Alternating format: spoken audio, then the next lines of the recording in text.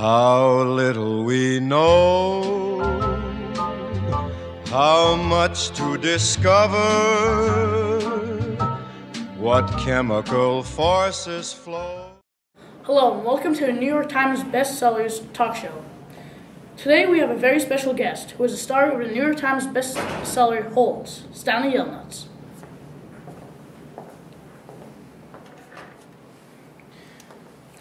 I have invited Stanley here today so he can share with you his great story and give you some life lessons. First off, Stanley, how did you grow up?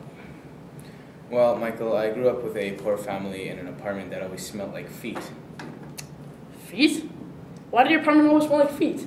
Well, my apartment always smelled like feet because my dad was always trying to invent a substance that would get rid of foot odor in shoes. Stanley, I understand that you were sent to Camp Green Lake. Is this true? Yes, this is true. I was sent to Camp Green Lake because I was falsely accused of stealing shoes. So when I was in front of the judge, he gave me the option to go to jail or to go to Camp Green Lake. Well, tell me about Camp Green Lake. Well, Camp Green Lake was not at all what its name can lead you to believe. First of all, there's no lake. Second of all, there's no green. The only green belongs to the warden, and all that is 2 trees. There aren't even any weeds or anything at all. So how are the people at Camp Green Lake? Well, everyone was pretty mean, but they grow on you over time. So, who was your best friend?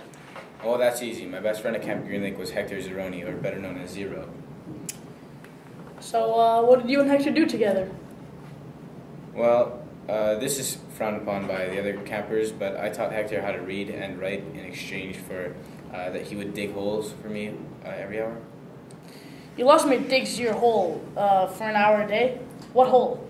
Every day at Camp Green Lake, every camper had to dig a 5-foot deep hole, and it has to be 5 feet wide as well. You would use your shovel to measure it if you were done, because every shovel was exactly 5 feet long. What was the hardest moment at Camp Green Lake? Well, the hardest moment at Camp Green Lake was when Zero ran away, and I went after him for a few days. Why did Zero run away from camp? Zero ran away from camp because the counselors were making fun of him. So what happened after that? Well, a few days later, I tried to steal the water truck and go find him, but I ended up driving him into a hole and running out to find him. Did you find him? Well, of course I found him, but we were both hungry and thirsty, so we went to the top of a mountain that looked like a giant thumb, because my great-grandfather said he found salvation at God's thumb. Did you get there?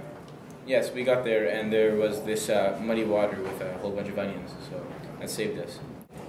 What did you do after that? Well, a few weeks later, I found a lipstick tube in a hole which I thought could be the lipstick tube of kissing Kate Barlow, and that was the hole where she buried her treasure. Well, were you right? Yes, I was, and me and Zero got to leave camp and keep the money. What did you do with the money? I bought a house for my family, and Zero hired a team of private investigators to search for his mom.